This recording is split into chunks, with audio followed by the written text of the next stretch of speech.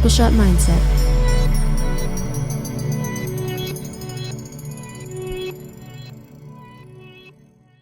Welcome to today. Yeah.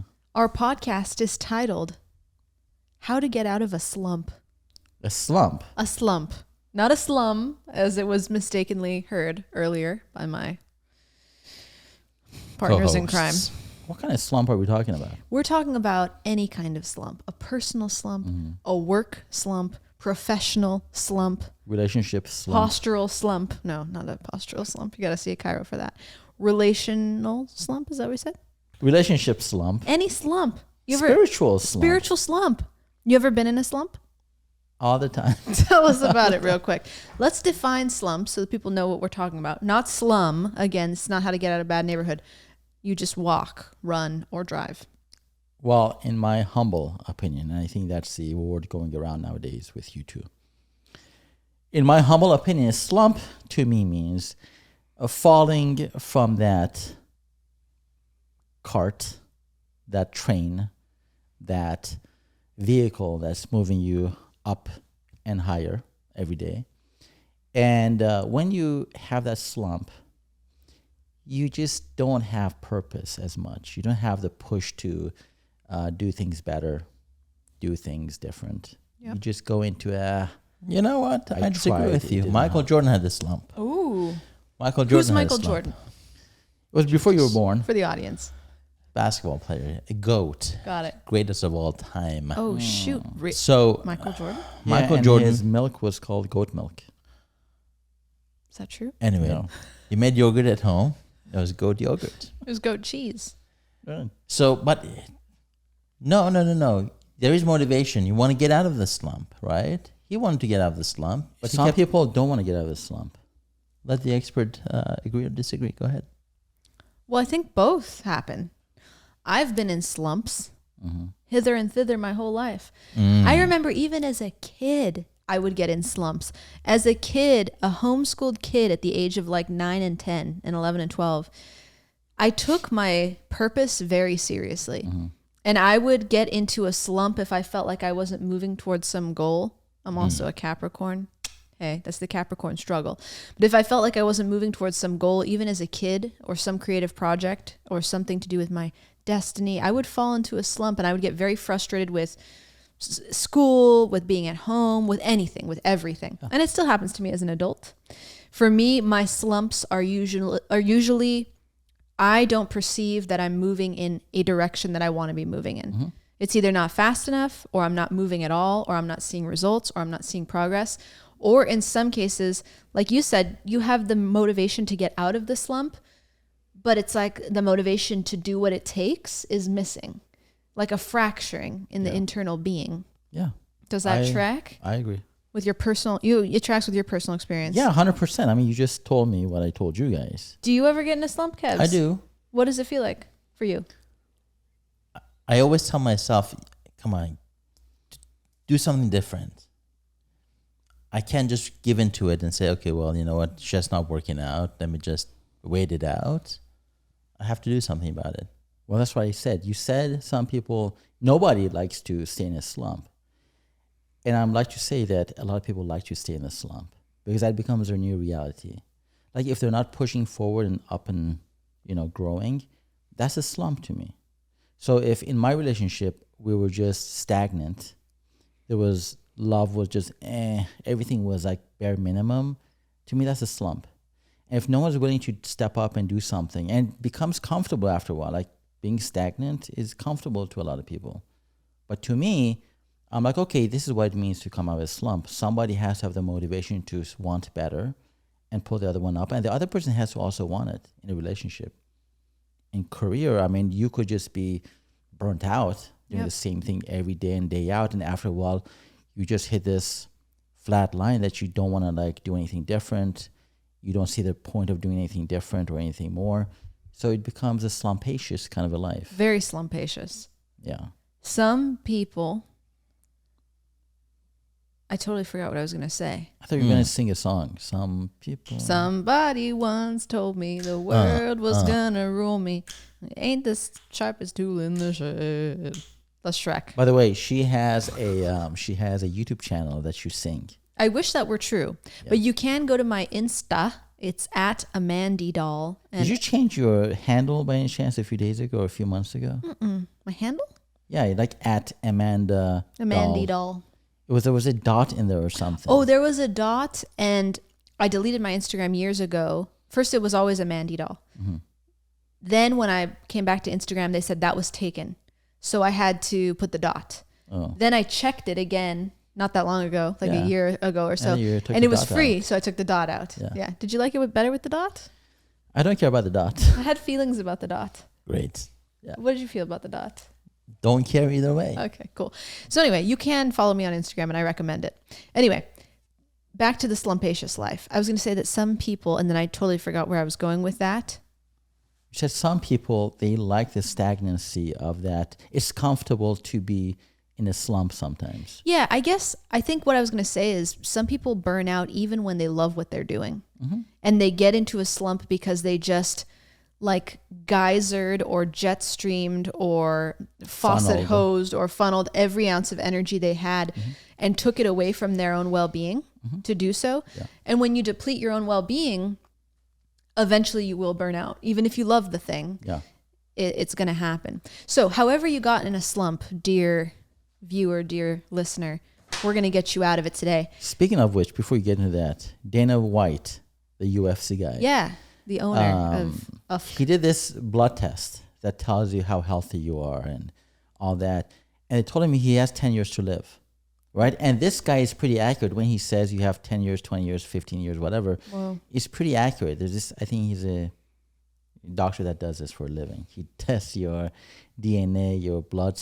And is it like your telomeres, like the length of... I have no idea how he does it. Okay. But so Dana White did this test and it said you only have 10 years to live. Damn. So Joe Rogan was saying, I kind of believe that because he does so much, takes away from his own health. Yes, you have a purpose, you have a drive to create this UFC, do all these meetings and everything else, but you're doing it to a point that you're depleting your own health, to a point that you're going to live a shorter amount of time. Yeah. Yeah. That happens. That's burnout. And I think we see these people, professional and people that we know in person, we're like, oh my gosh, they're so high powered. But where is the power coming from? I know that I can immediately tell when I've depleted my resources on a week that I decide I need to drink coffee every day. That's like sign number one. Yeah.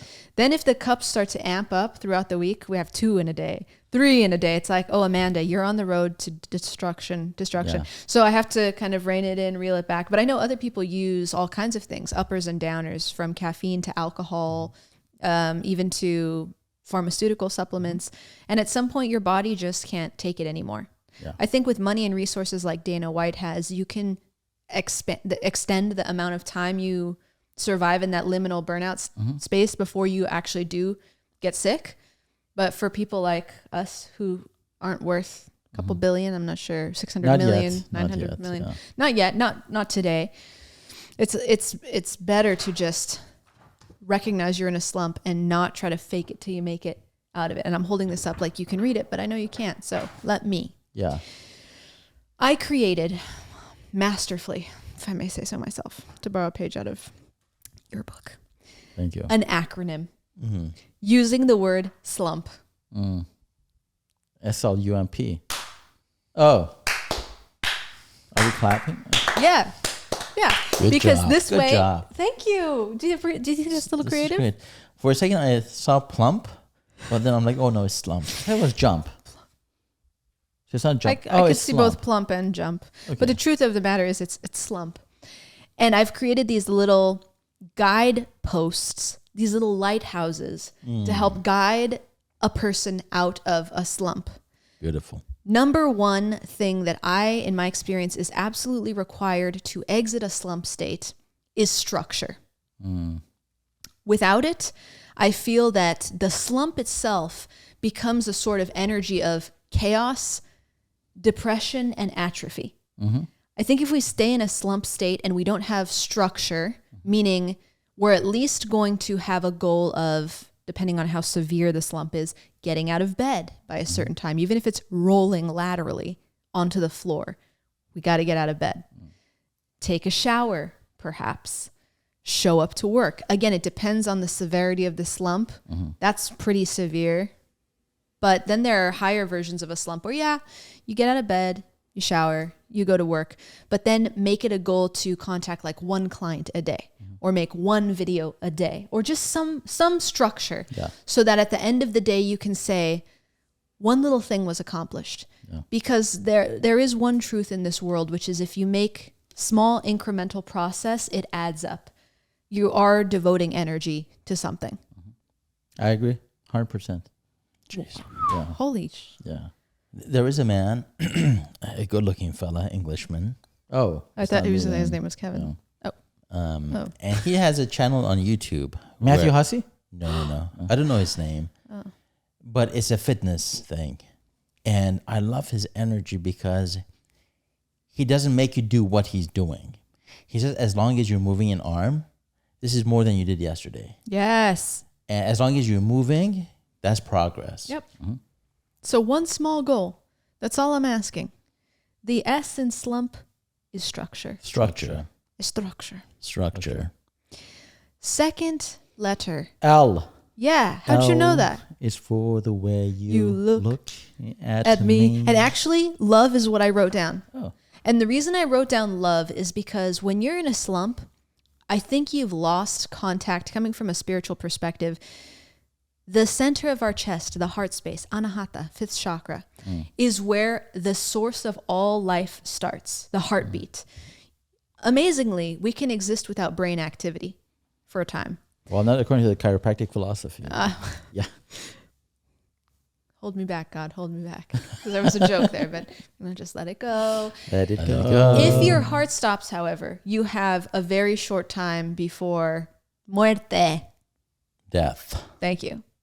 Exactly. So taking this into a metaphorical space,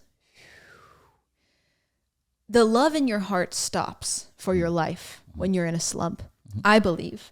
I think when you're in a slump, you've lost the life force energy, the love of being alive. Because when you have the love of being alive, it shifts your attitude. So even if you're in an objectively shitty situation, if you have the love in your heart, you can bring a good attitude. You can have, you're not in a slump. Yeah. But if you're in the slump, even if everything in your life is going great, but it's an internal slump, I can almost guarantee, in fact, I'd put all the money I have, all $215. so much money, all $18.97 on the fact that, and that was with 18? that was with a decimal in the middle. Yeah. So on the fact that the love in your heart is muerte. So the reason I put love as number 2 of what you need to do after you implement your structure is to actually structure in an activity that you genuinely love into your day. This doesn't mean looking for love. In all the wrong places. Exactly. It doesn't mean fake it till you make it and just put on a happy face. That can only take you so far. It means go, what the heck really matters to me in this life, even if it's just basketball. 15 minutes a day, I shoot hoops. Or I watch a basketball game because I genuinely love it. Or I call a friend that I genuinely love and talk to them and feel the loving vibes. What is something that you guys love as an example? And I'll think of one that I do too, something that I love. Well, I say meditation is something that I love. For me, it's waking up. Like there are days that I don't have my kids and I'm laying there. I'm like, here we go again. Go to work, do the same damn thing over and over again. But then I have to have structure to get myself out of bed. The S for slump. Yep. Take a shower, shave, do all those things. Those are all S's as well. Yeah. And I go into the L. And I go, literally, I look in the mirror. I'm like, you look? That's L. Yeah, I look into the mirror and I tell myself, listen, you're here. You say, listen. Stop it with that. I tell myself, listen, you're here. This is a bunch of bones and meat and hair stuck together as Ardavan. And there's a spirit inside of you who chose to, against all odds, against all the... I heard Neil deGrasse Tyson, he was talking about a formula that they came up with. What are the chances of you actually being born? And that formula was so ridiculously scary because the chances of you being born is like 1 in like 1 trillion or some weird thing like that. So you were able to come into this life at the point in time that you are. And instead of laying in bed and like saying, well, I don't feel like this, I don't feel like that, it is what it is, status quo is okay. Why the fuck aren't you doing something with this? God knows if you're going to be alive for another 1 hour, 1 day, 1 year, 1 decade. So why don't you do anything with it? So I look at that and then I count the blessings in my life, which is my kids. So if I take my focus onto the kids, how much I love them, how much I adore them, and how much I want to be there for them and do things for them and take them places and give them experiences, that gives me the love I need to get out of it. That's gorge. There's another L right there. Count your blessings. Yeah. Yeah. Wow. Yeah. Well said. Yeah. Thank Comfort. you. Blessings. Yeah. Blessings. And you? Self-love here. Self-love. I That's where love. I'm at. I treat myself well. Exams. Vanilla ice Sounds cream hot. with hot fudge. When I'm in a slump, I tell myself I need to first take care of my body. I need to sleep well. Yep. I need to eat well. I need to shave, shower, shit. The 3 And S's. now, This look is in the sh- mirror like I do, like you do. Tell myself, hey man, you could have been a penguin in the Antarctic. You could have been a tree in Tahiti. But your soul has come into this body for a purpose. Find that, you son of a bitch. Go to work and get out of your slump. You're better than that. And then when I come here, I tell myself, yes, I do have structure. I said, I got to finish these things on my list. I don't care how ADHD I am. Even though I open up YouTube real quick, I'm like, fuck that, X. And I start going down my list. For your structure. For my structure. And I tell myself, at everything I accomplish, I'm like, good job. Yeah, you got this. Like, even if I write an email that I was procrastinating on, Dreading. that is like, wow, you did it. Good Yep. job. I love that. And if I put it on paper and I put a check mark next to it, I get so proud of myself. Yes. This is a perfect segue into the next one, unless you have something to add to love. No. I love that it's self-love for you. I'm a big self-love proponent. In fact, that's all I talk about ever. And I believe that's the root of all human problems, but we'll talk about I that think it another time. starts with self-love though. Like just because I love my kids, but the fact that you stand in front of the mirror and you tell yourself, listen, I'm here to accomplish and live and experience, and I need to do whatever it takes for me to get out of this. Like to me, that means eating well, shit, shower, whatever. Shave. Shit, shower, shave. Eat well. Wrong order, but that's okay. Go visit family, go visit my mom, my dad, like Yeah. call them. And that gets me out of this slump Yeah. I'm in. Yeah. Yes. Yeah. In essence, tapping into love in any way is going to fill your self-love. Yeah. Yours is a very direct way of doing it. Yours becomes direct once you go through the steps. It's like, I remember, okay, I have kids. I love them. As soon as you tap into that love energy, it's like I can pour into myself. Yeah. And then for me, it's a combination of both. I like to meditate. I also go to healthcare immediately. Like if I'm in a slump, for my life, there's a high percentage that it's something physical. Mm-hmm. So I've either been deprived of sleep, I've OD'd on caffeine, overworked out, undereaten, some combination of that, or stress. So taking it all into account, love is number 2. So we got number 1, structure. Number 2, Love. beautiful. The next thing that you said, which your list, making a list, checking off, and congratulating yourself. Umbrella. Were you trying to prepare for that one or no? Not at all. Okay. Yeah, umbrella. Umbrella. Basically, when it's raining men, Hallelujah. you put your umbrella up. How about Uranus? Uranus. How about it? Uranus. What about it? It starts with a You. U. Oh, What are you talking about? I have no Amanda? idea. The planet. yeah, of course. Well, right. Understanding. Mm. So, grace and compassion given to who? You.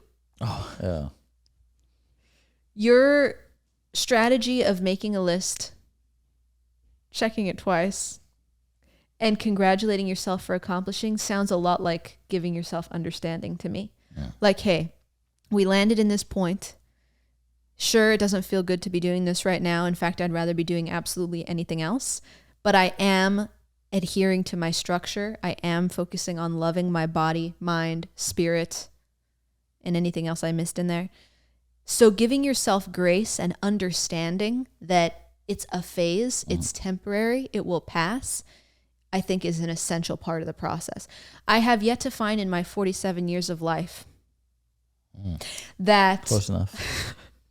beating myself up ever leads to any good outcome. No. It may give me a small boost for like 5 minutes, a rage boost. Yes. And Yes. but then the decline that comes after the rage boost is so severe. Because I don't have a decline afterwards. Oh, you stay. I go up. Me too. And I Never think if Me I too. tell myself, okay, I understand where I am, why I'm doing this. Everyone's entitled to be a little bit like down and dirty every once in a while.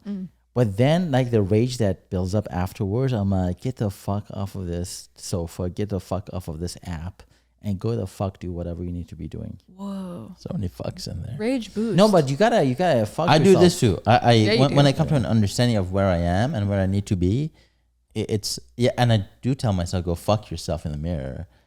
Fuck your Wait, you tell yourself go fuck Yeah, you say yourself you in the fuck mirror? your pain, say, fuck your go fuck tiredness, yourself. fuck your Absolutely. this and that. Yeah. And You what are literally you have to do that. talking to? What are you talking? Soul. I'm going talking to my soul. You're talking to your soul. Yeah. I should Who talk to is my- talking to your soul? The good and bad. The ego is talking to the soul. That's so interesting. Yeah. The ego is talking to the soul. Yeah. Okay. Yeah. And yours is doing the same thing. Mine's doing the same thing, but I think I talk to my body.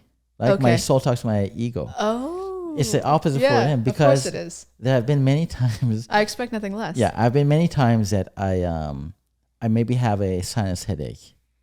I'm tired. I'm just like I'm down and out of it because a client canceled. And something within here says, get your ass off the ground. Fuck you and your pains. Fuck you and your tiredness. Fuck you and these clients. You have a greater purpose. Get yourself off of this, whatever mat on the floor Yeah. and get going. So for me, I have that rage moment. Rage boost. And then I just pump myself up to get off and get on with it. Get So off. I don't have A that slump after. slump after. Yeah. I never have. After you have that kind of conversation with yourself with all the F bombs, Yeah. there's no way I'm going to go back to. I've had the F-bomb conversation with myself, and you know what's funny? As you guys explain it, in a way, it's like your soul or ego, whoever the higher power is that's talking to whoever the other one is. In a way, it's like providing you with the structure. Yeah. It's saying, here's what you need to do. Like, here's how you need to move forward. Here's how your game plan. Like, you need to get back into life. I honestly think, Kevin, I don't know what happens in your head, but I think for you, it's your soul telling your brain. You, the essence of you, is telling your brain, stop with the negative thoughts, stop with the, oh, poor me, right? Because that comes from the soul. I think your brain is there to protect you and hold you back from things that could hurt you. But when your soul says, fuck you, get off the ground, do this, it's now the other way around. I don't think your brain tells your soul, because your soul is pure. It doesn't have a... No, I did say my soul speaks. I thought it was your I ego. thought your ego was speaking. Let me get down to another point. Nitty gritty. Do it. All the greats, Kobe, Michael Jordan, Kevin, Ardavan, we shoot ourselves out of slumps. Michael Jordan just doesn't run around not asking for the ball because he knows in a slump. He says, give me the ball, I'm going to shoot. I don't care how many times I miss, I'm going to get it. That's my attitude. I don't lay down on the floor and start crying like a shrimp. Well, shrimps don't cry, but sometimes you gotta They're already in the ocean. but my point is, you don't feed it. You don't feed the drama. You don't feed the drama. You actually do something opposite of what feels comfortable. Got it. Yeah, and I feel like you were going to say, correct me if I'm wrong, because I always am, but I feel like you were going to say sometimes you do need to grieve, or you do need to You have to feel have that. If it's a moment of true expression, I think, yes, you need to allow your body, your ego, whatever is mourning, to have that moment. That's the understanding for me. That's where I was going to go with my rage boost. Usually for me, the shit talking doesn't motivate. Instead, it's like, okay, Amanda, take this moment, mourn, grieve, cry, whatever, and then we got to get down to business. As soon as I start to feel it take a turn for the dramatic, like my mind is now just going to eat this up and start producing more thoughts like, oh, poor you, poor baby, this is so sad. At that point, I'm like, okay. Would you react differently if somebody spoke shit to you? Instead of you beating yourself up, somebody says, hey, you asshole, get off get off the ground and do something with your life. For some reason, that doesn't motivate me. I think because I got that as a kid already. And there were some times when I needed comfort, and instead it was like, I'm going to give you a reason. So that never was motivating, like uplifting factor. But I guess it's different for everybody. Like maybe in another world where I didn't get that, I'm going to give you a reason, like come over here and I'll really give you something to cry about. Did your parents or your mom, did she ever yell at you a lot? Yeah. Oh, yeah. All the time? Not a lot all the time, Okay. but she wasn't afraid to let it rip. Okay. Yeah. Because I've realized people whose parents have yelled at them a lot, now they're kind of numb to somebody telling them, hey, get up. Do Yeah. something. Like, It doesn't have the same whatever. boosting effect. But if somebody doesn't tell you anything and all of a sudden they're like, get up, they're like, Yeah, that's what I mean by the structure piece. Yeah. Like No, I think you're, in a way, it's like the craving for someone to care enough Yeah. to tell you, get up, you're better than this. Yeah. There was a parenting advice I saw on Instagram this morning. There's this woman I follow. And she was saying, if you go into your teenager's room and you say, Amanda, go call your friend, like start hanging out. What are you sitting at home for? They're automatically going to say, my mom told me that, I won't do it. Mm-hmm. But if you say, hey, Amanda, get up, go call somebody. And then you stop yourself. You're like, you know what? Actually, never mind. You do what you'd want to do. And then you walk out. They're going to call their friend. Because you plant a suggestion. Yeah, yeah. So in my humble opinion, I do wait. I do have to have that little bit of a sadness and come to Jesus moment. And then I go in front of the mirror and I bash myself and then I'm good again. However, in skateboarding class that my sons go to every Sunday, Mr. Scott, he teaches them how to do the thing. So they go on top of this little ramp and they slide They down. drop in. Right? Yeah. And then they want to go up another ramp, right? So every time they just stand up really straight and erect and they go down this first ramp and they never make it up the second one. They just go into that little, valley. And they never... So the guy said, in order to get out of this valley, you got to like, as you're going down, hunker down, kneel, like go down with your knees. And once you're down, pull yourself up so you can go up to the next one. Yeah. So I think the fact that we badmouth each other or ourselves in front of the mirror is that you got to like lean into the slump. Lean into the slump and then pull yourself out with motivational Yes. talk. I love that. That's I think the understanding piece. Yeah, that is understanding. So however it works for you, listener or viewer, you must know thyself, as the great somebody somewhere wise. said. Yeah, not I. Someone in Greece. Know thyself. It's embedded on something somewhere. But know thyself enough to know what works. Enough to know what works for you. Guarantee. For me, I slip into the slump. I let myself feel the feelings, and then I gently and lovingly encourage myself out. But that's just a personal take. Someone out there may call themselves a whore and like slap themselves around and slap themselves on the ass, and the next thing you know, you're up. Remember in this office, we used to slap each other. Well, we still do. When we were in a slump, Yeah. when we were like, oh, man, I can't get it together, you would call me and him to come and slap you. Yeah. Or vice versa. Yeah. Yeah. It is. And I don't know. I think there is such a thing as a loving slap. The person just needs to know. Yeah. You have to know your own intention. Don't fool yourself. Don't. There's also a big difference between that and then getting into a self-defeating attitude where then you start to believe you're a piece of shit and then you use that narrative as an excuse to stay in the slump. Yeah. So fine line. Know what I'm saying? Absolutely. So next, we're in our last, we're now over the hump. S.L.U. Yeah, we've got structure. Mary Jane. Yeah, okay. Love. Thank you, Love. Kevin. Understanding. Yes. And now Mary Jane. Yeah, you got to smoke a lot of weed, basically, was what I was going to go with. Good. No, momentum. Momentum. You build the momentum as a result of the other three. So when you implement structure, love, and understanding, I guarantee, again, I would put my $18.97 on the fact that you will build momentum probably within a week's time. If you just show up every day and do one little thing and you continue to love yourself and you continue to have the understanding of where you are and where you're headed, momentum will build.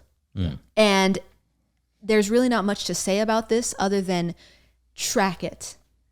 So let's say day 7 you're in, as you made your checklist, I would say make one for the entire week that reflects what you did over the course of every day, and then treat yourself. I actually know when I do my list for that day and I'm getting close, it actually motivates me to make another list. I don't do it in advance because it seems like it's undoable. Yep. Overwhelming. Not doable. Yeah.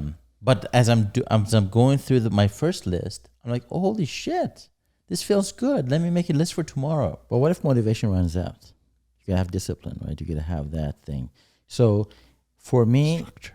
yeah. So for me, the motivational part and the having the structure is that if I let's say me and him, we just had to go walk every other day.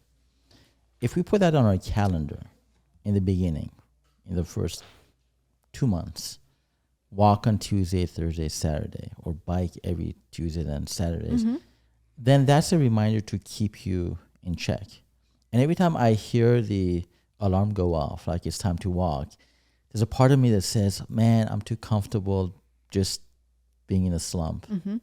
But I hear that and I'm like, well, I got to do something about it because I don't want to hear that alarm every time. So I think by momentum is great, but I think in the beginning, coming out of a slump, we have to set certain deadlines and parameters for ourselves. We can't just say, oh, well, I did one thing better than yesterday. Great, pat on the back. I think we have to go a little bit further than that and make a calendar that keeps us in check for at least the next month. So once we start doing it every day, we have motivation, we have this and that, then it becomes part of our DNA, which stands for what? Do not assault. Assault. Right. Perfect. Assault. Well, what do you say to that, Kevin?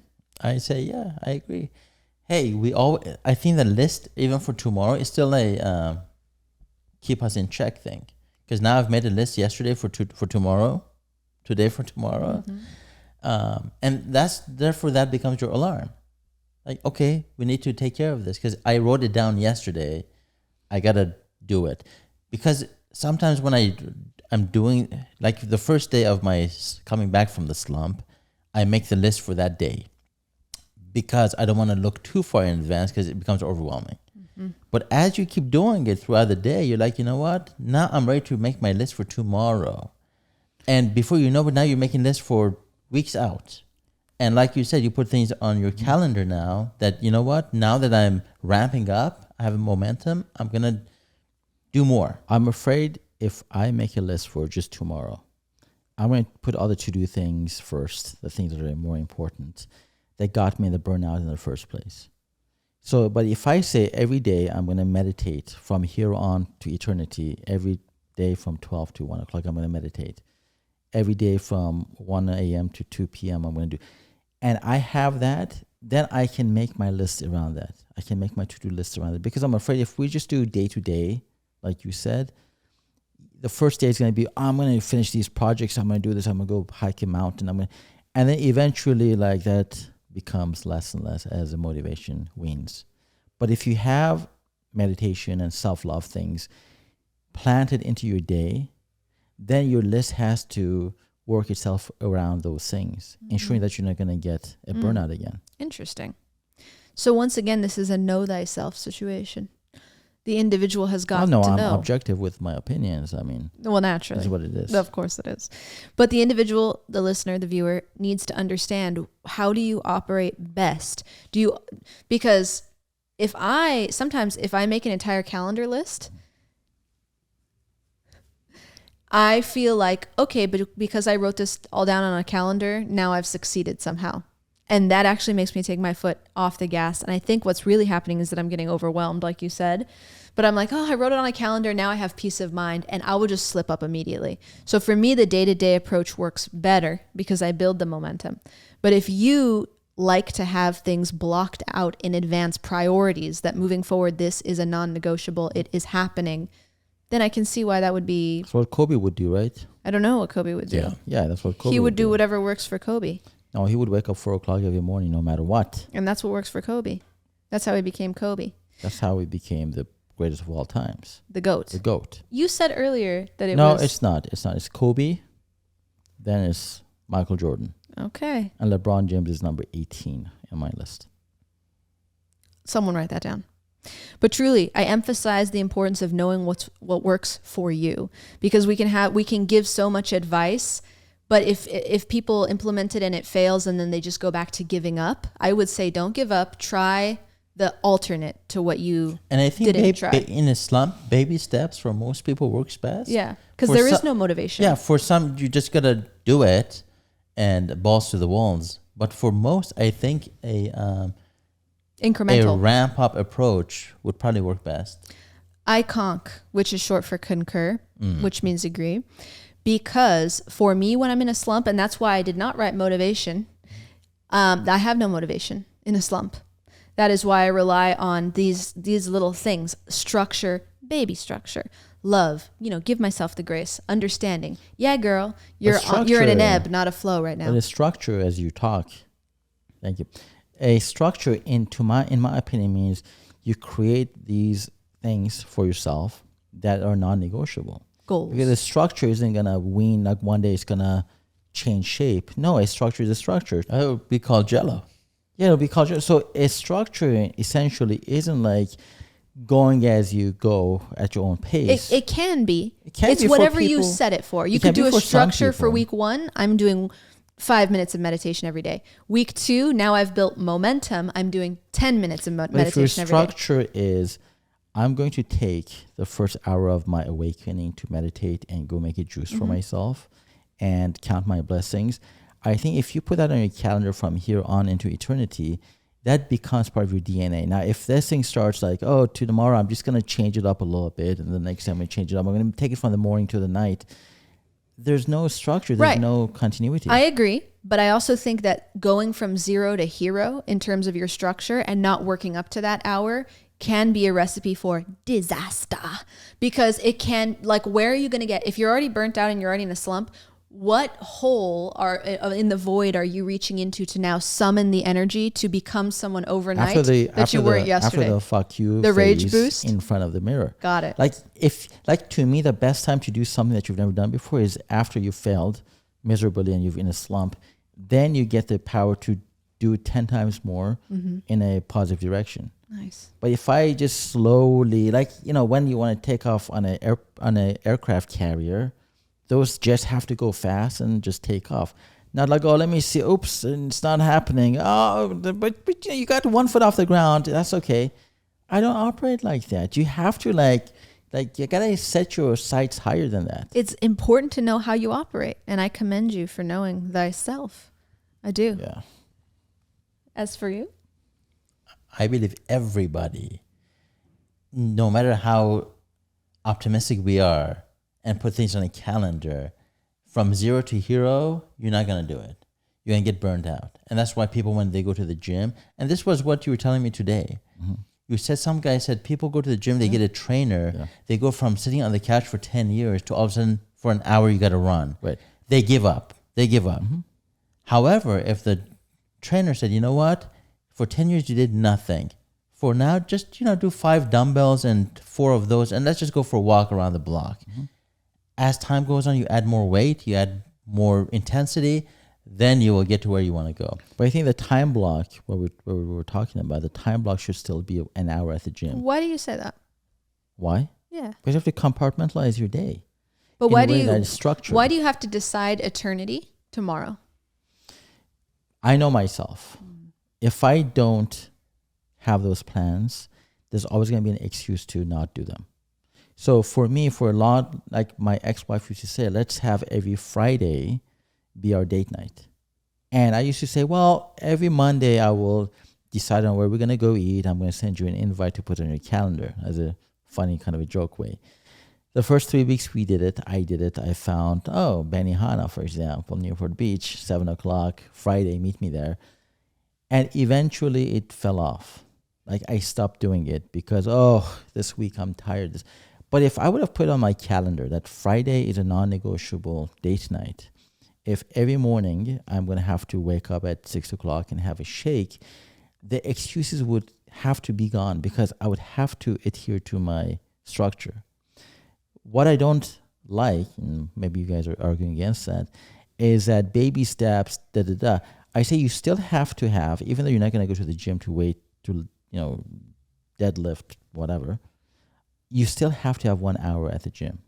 You can go walking, you can go do dumbbells, you can take a spin class, you can do whatever the fuck you want to do. But knowing that this is through the structure of your life, I think it becomes ingrained in your DNA, and then you don't have the days you don't have the motivation, you can't just change the goalpost. The goalpost has to still be there. I see. What if the structure though starts out with a minimum that you're not allowed to change? Like what if it's 20 minutes at the gym? And then the next week you're increasing to 30 minutes, but you don't have the option to say, oh, I'm only doing 5 or I'm not going. That's what I was going to say. Yes, set some goals, but don't burn yourself out.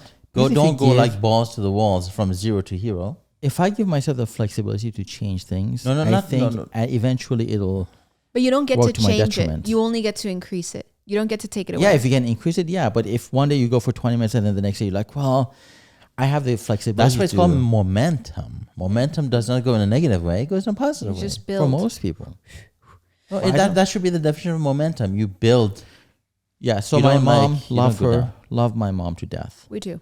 And a few years ago, she had an issue with her intestines. So the doctor, Kyle Fogel, by the way, said, get off of gluten, get off of sugar, do this and that, and have oregano oil, and just give yourself time to heal. And he told her and me, once the parasite or whatever issue you have is out of your system, continue a no gluten diet, continue a no sugar diet, because those things are bad for you. Your intestines don't like those.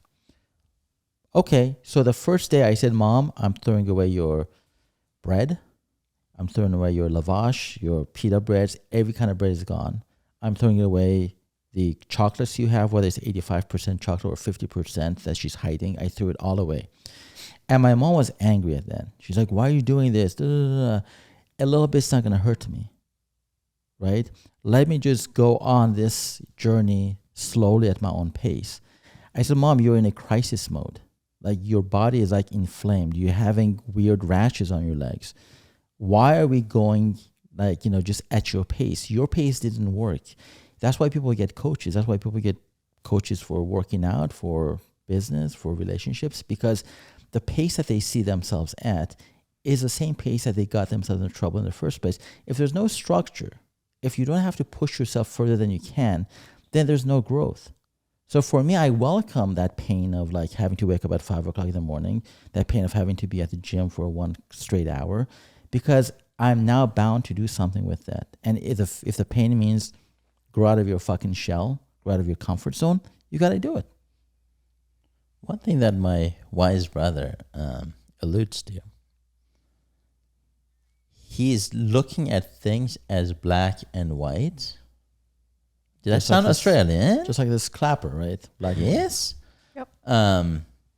Crisis mode versus just a regular no crisis mode.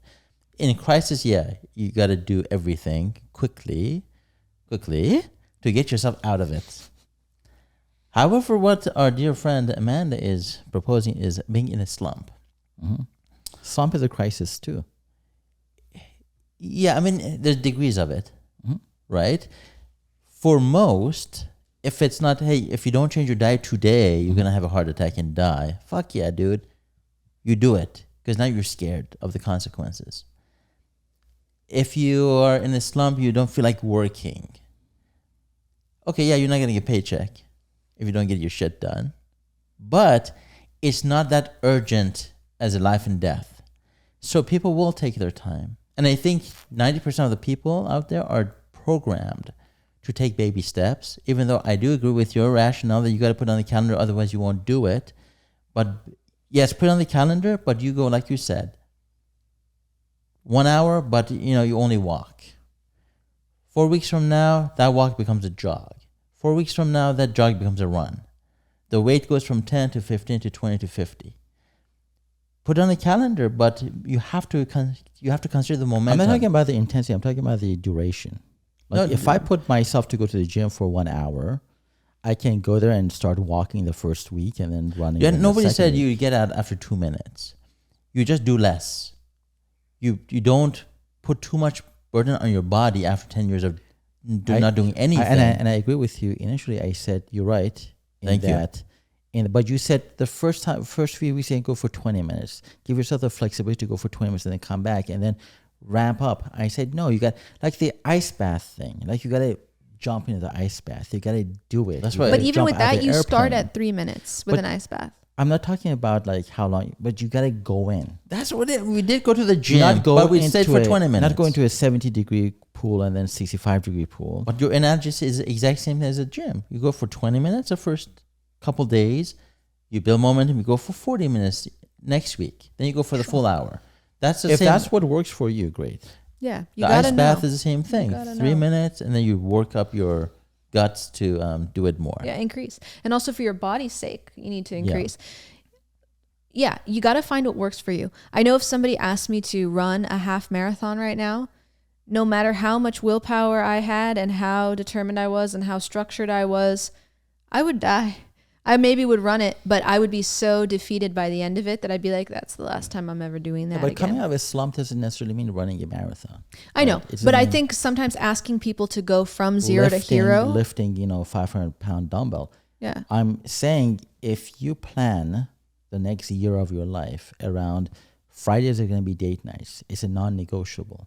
And one of the reasons the relationship didn't work is because I didn't have any non-negotiables. Everything was left up to me and my discretion. Negotiable. Let me see how I feel this week. Let me adjust things.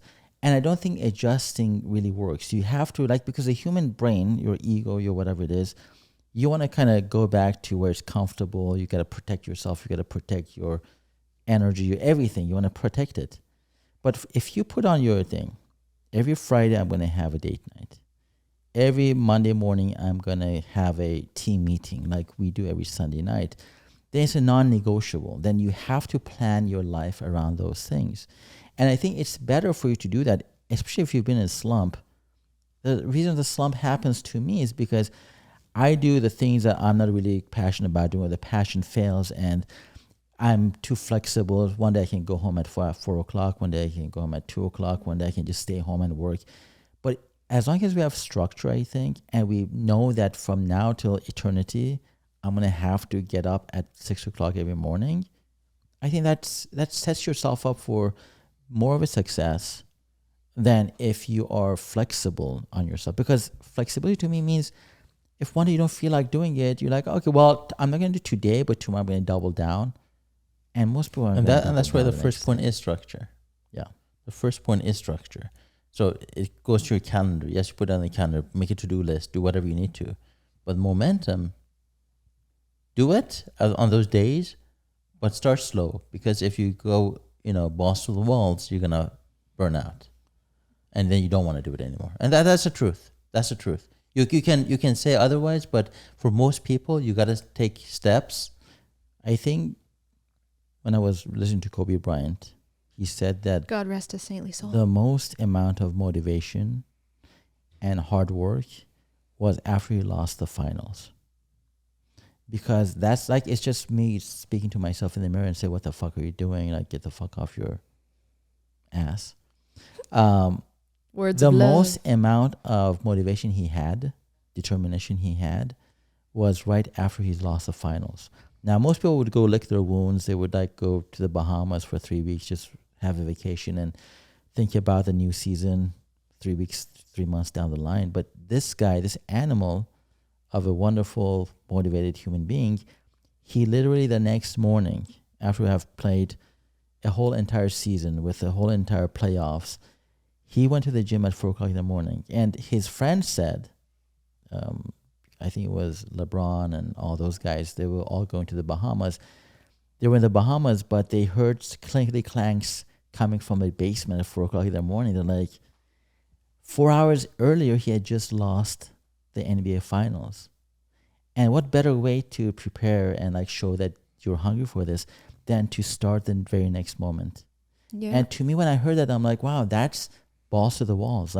He could have said, oh, I lost, let me go on my vacation. But he started his vacation with a workout session. He kept up his momentum. He didn't even let himself fall into a slump. He was just whoop, right back to the gym. Yeah. He carried it on. All right. I think then P. We go to P. Oh, there's so many P's that I can think of. What do you think butter. this one is? Peanut butter, potential, popularity contest. Patience. Patience. I think this is going to be your favorite one. So once we've implemented a structure and we are giving ourselves the love, tapping into the love, because for Kobe, it was the love of basketball. Homie loved basketball. The understanding, and we're building the momentum. The next thing we do is wait and know that results are not meant to be immediate. I think something that prolongs a slump is the mindset that you have to get out of it. That's problem number one. And you have to get out of it quick. It's like the slump is the enemy. I must escape from the slump. And as we've been saying, 0 to hero, I have to get out of it quick. I have to, in other words, it's like, in order to get my mind to shut up and stop nagging me, I have to either put something on paper or create a plan or a structure and just get out of the slump. And for me, that is the most self-sabotaging approach, because I will create a structure, think big, push myself too far, too fast, and then end up in a deeper slump 2-3 weeks later. I've done it for 47 years, and I've only recently discovered that patience and understanding that results will not be immediate. In fact, I need to not even do it for the results. I need to do it for the process. So we could say patience and process here. That is ultimately what gets me out of the slump. In November, I had this harebrained idea that I wanted to meditate upside down. And I had a yoga prop called a feet up. And it's actually quite challenging to be upside down in this position. But I decided that I want to meditate for 30 minutes upside down, because yogis call upside down postures the king of asanas, the king of poses, meaning that if you can do this pose, the health benefits, the mental benefits, the spiritual benefits are off the charts. So I gave it a go to see how long I could do. And I could do 10 seconds. But I knew that one day I was going to hit 30 minutes. So in November, I think it was the 1st or the 2nd, I started with 10 seconds. And I said, I'll increase 10 seconds a day, give or take. And one day I'm going to get to 30 minutes. And as of today, which is March 22nd, 2024, I am at 18 minutes of a sustained headstand. But it's been by the 10 seconds, the 10 seconds, the 10 seconds. Talk. And sometimes when I'm sick, I do it every time. Yeah. But sometimes when I'm sick, I can't increase. I can only sustain. So I don't know if it all adds up to 10 seconds of increase. But either way, with patience, I've said to myself, one day I'm going to hit that 30 minutes. If I tried to hit it on day 1, day 2, or week 2, or if I had made a calendar structure where I had said by this date, I'm going to hit it, knowing me, I would have made that like February 15th. As we know, I would not have hit it. I would then have given up, because I'm incredibly self-defeating when I see I don't achieve a goal. So I've had to do this with the awareness of who I am as a person and understand how my mind works. But patience has facilitated the entire process, and ultimately it will be what gets me to the 30 minutes and maybe beyond. But it has had to be a daily understanding of, if I don't see results, that doesn't mean I'm supposed to stop. That actually means I'm supposed to keep going. So that is my patience P. Thoughts on that? P would also be put away your Instagram. Oh, shit. You know what I'm saying? No, but you're right. Despite what we all think we can achieve, it's easier said than done. So having patience with the process, knowing it will take time and not rushing into it, again, goes back to our story of Phoenix rising. I thought you meant our friend. I was like, what did she do? No, but yeah, you want to go that fast. There's a reason these stories have been around for centuries. Is you can't go up too fast. Is the Phoenix flew too close to the sun? Yes. And died? The wings melted and it fell. Damn. They're made out of plastic. Yeah, I think that was the problem. I think it was tar or something. But anyway, yeah, patient. You got to be patient with the process. You can just go from 0 to hero in a second, or some of us can. 10 seconds to like 18 minutes. No, I said. I'm kidding. So the structure you're talking about, I never said let's put something on the calendar like by this day I'm going to deadlift 500 No, pounds. no, you didn't. I said, but if we have those things on our calendar to Yeah. take time away from the grind, to take care of ourselves, to take care of our loved ones, to take care of our wife, to take care of our business, then those things, to me, you can jump into that the next day, the next hour after you have that fuck you talk with yourself in front of the mirror. Now, the results, I'm not saying you got to go, again, deadlift 500 pounds the first day. Thank God. Or run, a marathon, Half like marathon. you guys keep saying. I'm saying go to the gym for the 1 hour you allocate out of your day. Allocate that 1 hour, go to the gym, even though you may just run for 5 minutes or lift 5 pounds, have the mental capacity and the, train your head that this is my 1 hour that I'm going to self-care in the gym.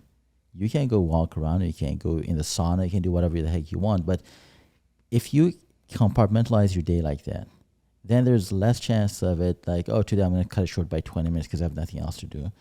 That way your other tasks that you're creating around it, they become more easily addressed, especially with tasks that if I shorten my time at the gym, it's always easier to lengthen my time at work.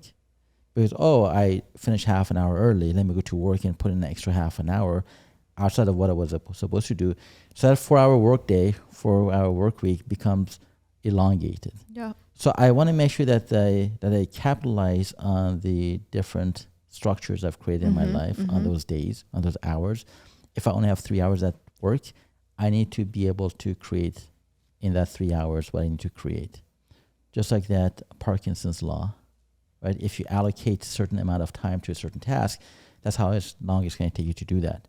So if we go into the gym for 1 hour, meditation for half an hour, work for 5 hours, your life is going to literally complete itself in that week because you have allocated those hours ahead of time into it. Nice. Not the weight, not the how much you're going to run, but you just have to allocate those hours to your daily routine. You show up for the duration from day one. Yeah.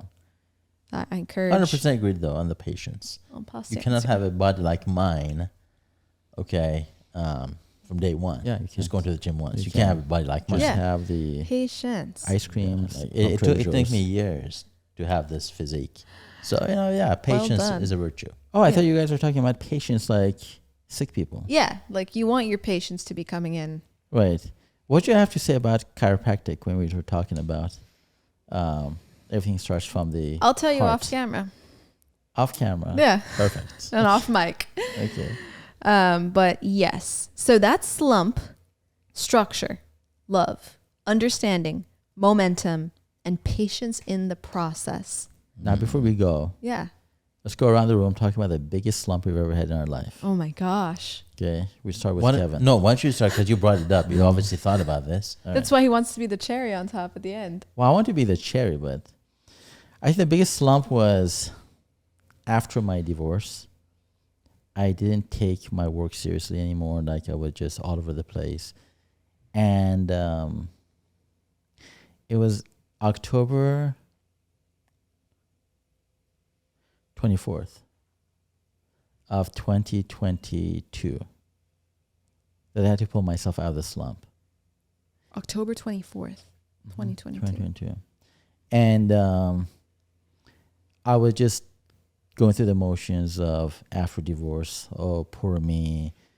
My purpose is gone. My life is ended, all that stuff. But, and I tried to do a very good job of it, of pretending I'm above all of it.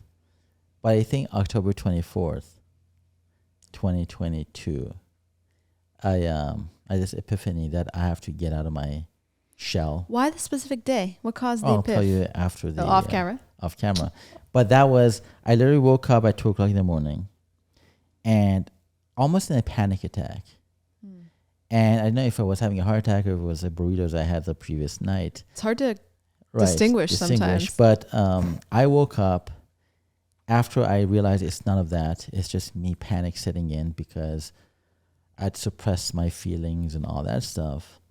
I did the same thing. I cried a little bit. I yelled a little bit into my pillow because I didn't want my kids to wake up in the room next door. That could be disturbing for them. And I went in the thing in the mirror, and I you did the fuck you talk? I did. Oh. And it was probably a good. How about the Bloody Mary talk? Yeah, turn around 3 times. Flip the switch. But I try not to stare at myself too long because I would have turned into an alien Yeah. in the mirror. But Truly. But literally for half an hour I was standing there, and I remember like I came back to bed, it was like 4:44 or something. And I told myself, this is not you. You cannot sustain your life like this. You cannot sustain your business, your relationships, your love for your kids, your health. This is not how you're going to do it. So let's get out of the way. Let's cry it out. Let's yell it out. Let's put it all out. And Monday when you're going to go to work, it's going to be different. And I think Kevin was out of the country at that point. Yeah. October 24th, 2022. He was out of the country. And so I had no other support system except you. It was in 2022? It was 2022, right? Yeah. Okay, yeah. Your 5-month anniversary is coming up in 2 days. October. Is it in 2 days? November, December, Oh, yeah, in a few months. Jan, Feb, March. No, you're 5 months since. Oh, yeah. Since That's true. October That's true. 24th. But yeah, so that was my biggest slump. Whoa, BS. And coming out of it it took a good hour and a half to talk myself into it. But I had to go through the emotions. I had to like cry it out. I had to yell things into the ether. I had to have myself the ability to grieve certain things. Because the emotions don't go anywhere. If No. we don't look at them, Yeah. we think like we made them go away, but they just kind of hover. Yeah. And everyone else can feel it. Yeah. And they're like, hey, when are you going to process that, baby? Yeah. So the 24th, I'll let you know after In 2 days? the cameras turn off. Oh, yeah. Okay, good. Yeah. Yeah, great. For me, I think I can point out a few big slumps that I've had. And it wasn't really, some were circumstantial. I remember post-COVID graduating in 2021. It was like a trifecta of shit. My best friend of 15 years died. I graduated by closing my laptop screen. I was completely burned out on school and had a plan to go for my PhD and gave it up that same day that I graduated because I was so disenchanted by the process of everything that had happened. Lost another close friend in that time. So many changes at once. And then I spiraled into a depression, had a great time starving myself, had a horrible mushroom trip that gave me psychosis for 2 years. So at that time was a low for sure. But what I've learned since then is that for me personally, I have what I call micro slumps. And I probably have one like every week now. But what I do is I'm very intentional about it. So I'm like, oh, sweet, Amanda, you're falling into a slump. Let's sit down and address this right now. It'll take all of 15 to 30 minutes instead of suppress, and have a massive breakdown in 6 months or a year. Let's just handle it now. So I have slump time every week these days. Yeah. I've had a few small ones. Yeah. Like for me, work is not something I can be slumping. Yeah. Because it's how I make a living. This is how I make a living for my employees. So I never let myself go down that rabbit hole. Even though there are days I feel like, oh shit, I have no motivation. I think about them. I think about my brother. I think about you. I think about my kid. I'm like, you know what? Fuck it, man. And I have that fuck you talk in my head. Yeah. I don't want to do it here in front of the computer. But I've had slumps where I let go of things that are important. For example, I gain weight. After I got married, I went to Cancun and some pictures were taken. And then when I came back home, my brother's like, wow, look at that. You got to work on yourself because you look like you're out of shape. I think the fact that I got married somehow was like, okay, well, you're off the market, so why do you care? Yeah, the self-love dipped. Yeah. So I've had a few of those along the way. It does take a picture for me to see it like, holy shit, I am not where I'm supposed to be. Or a bank account. Bank account does that to me. Yeah. But I think bank account is motivation regardless. I mean, whether there's something in there or nothing in there. It exists. I got to do what I got to do. Got to fill it. But yeah, my slumps are typically has to do with, because I'm very structured when it comes to work, but I'm not structured when it comes to eating right. So I fall into slumps and I see a picture. I'm like, holy shit, what am I doing? Or I'm going up the stairs. I get palpitations and shortness of breath. I'm like, Does my daughter, was she going to be okay burying her dad, at an early age? No. So that's my motivation to get out of it. Nice. So if you have that calendar that you create, That you create. that I create, that these are, even like during the latter months of my marriage, we had created a calendar. Not only did it have date night on it, which was kind of too late by then, but we also had like, these are the nights we're going to eat healthy. These are the nights that we're going to eat, for example, chicken, breast, and veggies. These are the mornings we're going to have shakes together. These are the mornings that we're going to have to go walk together. And if it's raining, if it's COVID, if you got to wear a mask, so be it. You still have to do it. But I think for all of us, I know he doesn't have much of a breakdown when it comes to work, but his health does suffer because he overdoes the work. So again, if I was me, which I am objective, create that calendar to come out of the slump that has things planned out for you. Even meal planning is part of, to me, is part of a structure, because that puts you, without good health, you're not going to have good emotions, good relationships, good working, motivation. None of that's going to happen without your health. So no matter how pumped up you are to come to the office and provide for me, Amanda, and your kid, you still have to take care of you first. Thank you, by the way. And the only way you can do that is just have a series of, these are my meal prep days. These are what I'm going to do every other day. And once you do it, like your body becomes accustomed to that. Your body becomes accustomed to having a gallon of water a day or a shake every other day. So, Yeah, well said. call Frederick. Beautiful. So remember, those listening and viewing, slump it out. Use the steps. Know thyself. And thanks for being here. It's much appreciated. Appreciate it. Triple Shot Mindset.